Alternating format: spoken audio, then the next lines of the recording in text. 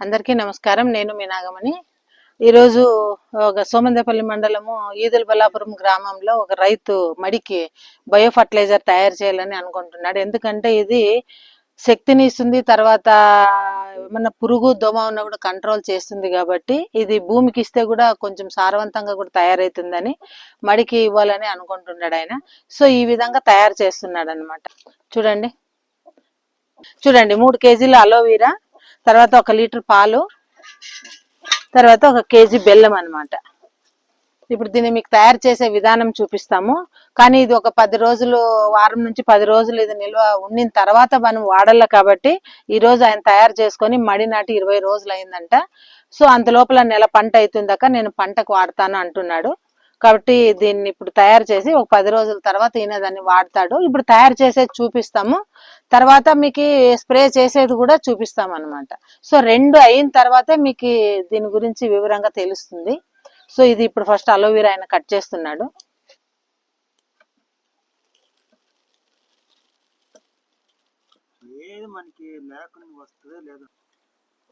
చూడండి, ఇప్పుడు అలోవీరా అంతా ఇక్కడ కట్ చేసి 3 కేజీలు అలోవీరా ఇందులోకి వేస్తా అన్నాడు.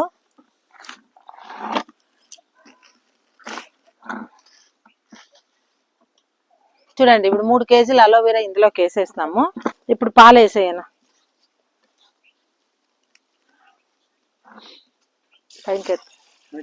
చూడండి, ఇప్పుడు పాలు 1 లీటర్ పాలు, సో కేజీ బెల్లం అన్నమాట.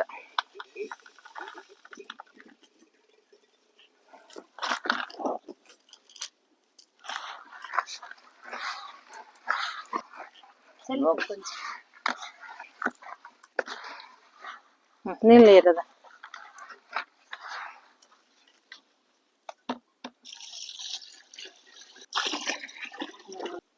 10 లీటర్ల నీళ్ళు అన్న ఇది.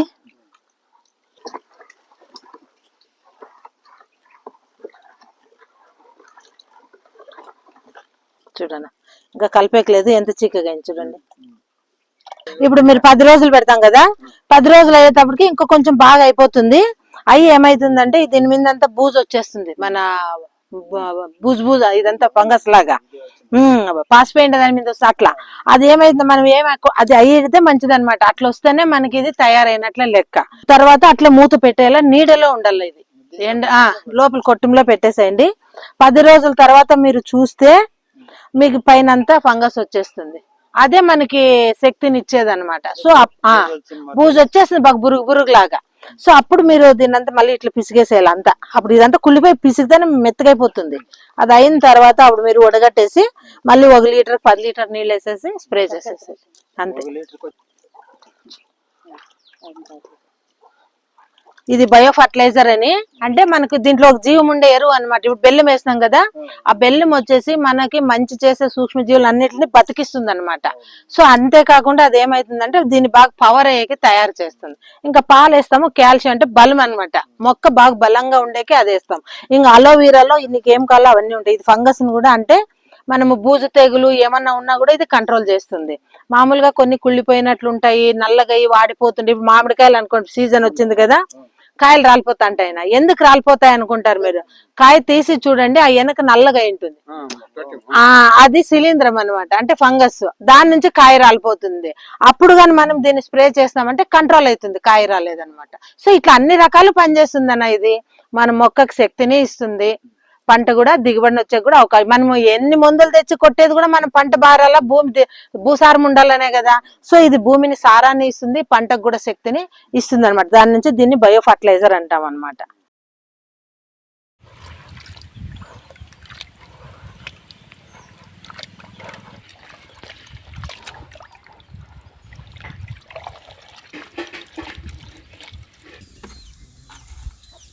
ఇది కూడా అవుతుంది, పెట్రోల్ పంప్ అవుతుంది. అదే మామూలు బైకులకి ఇస్తే నాకు ఎంతమంది ఇచ్చిరే.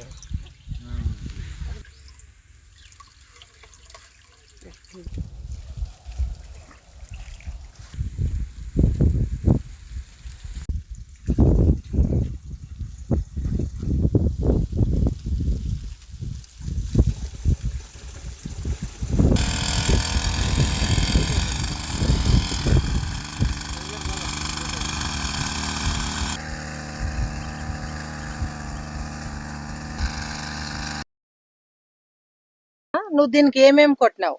ఇది కలబంద ఆ, అది తెచ్చి ఆ, సన్నగా పీసులు తరిమి ఆ, దాన్ని బెల్లము, ఆ, పాలు, ఆ, ఒక కేజీ బెల్లము, ఆ.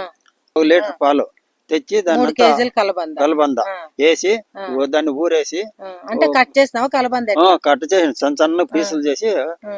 వేసినాను. వేసి ఊరేసిన తర్వాత ఎన్నాళ్ళు ఊరేసినావు? 15 రోజులు 15 బకెట్లో నీటిలో పెట్టినావు, ఎండలో పెట్టినావు? నీటిలో పెట్టి నీటిలో పెట్టి మూత పెట్టినావు. మూత పెట్టి దాన్ని బాగా కప్పి ఆ, దీని మీద దీన్ని కలిసి దాన్ని ఇచ్చేసిన చేసినావు. దాన్ని 15 రోజుల తర్వాత నువ్వు మడికి వదిలినావు. మడికి ఎట్లా లీటర్కి ఎన్ని లీటర్లు వేసినావు వడగట్టి? 1 లీటర్కి వచ్చేసి 10 లీటర్లు నీళ్ళు వేసేసి నీళ్ళు భూమికి వదిలినావు. తర్వాత 20 రోజులు, నెల రోజుల పంటకు వచ్చేసి కొట్టినావు. కొట్టిండు. లీటర్కి 20 లీటర్కి 20 లీటర్లు నీళ్ళు వేసుకొని కొట్టిండు.